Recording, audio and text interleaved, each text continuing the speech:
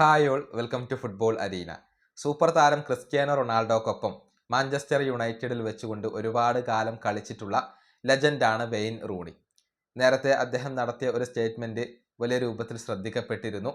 അതായത് ക്രിസ്ത്യാനോ റൊണാൾഡോയേക്കാൾ മികച്ച താരം അത് മെസ്സിയാണ് എന്നായിരുന്നു റൂണി പറഞ്ഞിരുന്നത്.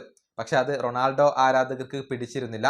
ഇക്കാര്യത്തിൽ റൂണിക്ക് വലിയ വിമർശനങ്ങൾ റൊണാൾഡോ ആരാധകരിൽ നിന്ന് ലഭിക്കുകയും ചെയ്തു. പക്ഷെ തൻ്റെ നിലപാടിൽ ഇപ്പോഴും റൂണി ഉറച്ചു നിൽക്കുകയാണ്. ഏറ്റവും പുതിയ അഭിമുഖത്തിലും മെസ്സിയെക്കുറിച്ചും റൊണാൾഡോയെക്കുറിച്ചും ഇപ്പോൾ റൂണി സംസാരിച്ചിട്ടുണ്ട്.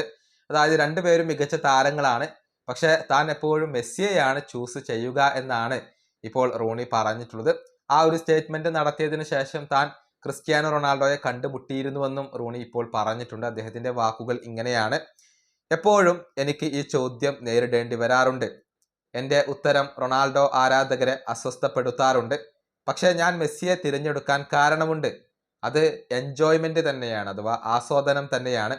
എനിക്ക് ഒരു മത്സരം കാണണമെങ്കിൽ, അതല്ലെങ്കിൽ ഒരു മത്സരം ആസ്വദിക്കണമെങ്കിൽ അത് ഞാൻ മെസ്സിയുടെ മത്സരമാണ് തിരഞ്ഞെടുക്കുക. ഇപ്പോൾ രണ്ടു പേർക്കും പ്രായമായി കഴിഞ്ഞു. പക്ഷേ സുവർണ കാലഘട്ടത്തിൽ ഞാൻ കണ്ട എക്കാലത്തെയും മികച്ച താരം അത് മെസ്സിയാണ്. ഞാൻ നേരിട്ട എക്കാലത്തെയും മികച്ച താരം അത് മെസ്സിയാണ്. മെസ്സിയെ മികച്ച താരമായി ഞാൻ തിരഞ്ഞെടുത്തതിന് ശേഷം ഒരുപാട് തവണ ക്രിസ്ത്യാനോ റൊണാൾഡോയെ നേരിട്ട് കണ്ടുമുട്ടിയിട്ടുണ്ട്. രണ്ടുപേരും അസാധാരണമായ താരങ്ങളാണ്. പക്ഷെ ഞാൻ മെസ്സിയെയാണ് തിരഞ്ഞെടുക്കാറുള്ളത്.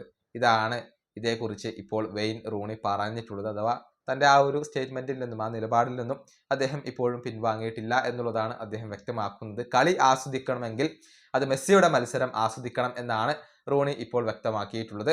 ഏതായാലും കരിയറിന്റെ അവസാന ഘട്ടത്തിലാണ് മെസ്സിയും റൊണാൾഡോയും ഉള്ളത്. ഇനിയിപ്പോൾ അധിക കാലമൊന്നും ഈ രണ്ട് ഇതിഹാസങ്ങളെ നമുക്ക് കളിക്കളത്തിൽ കാണാൻ കഴിയില്ല.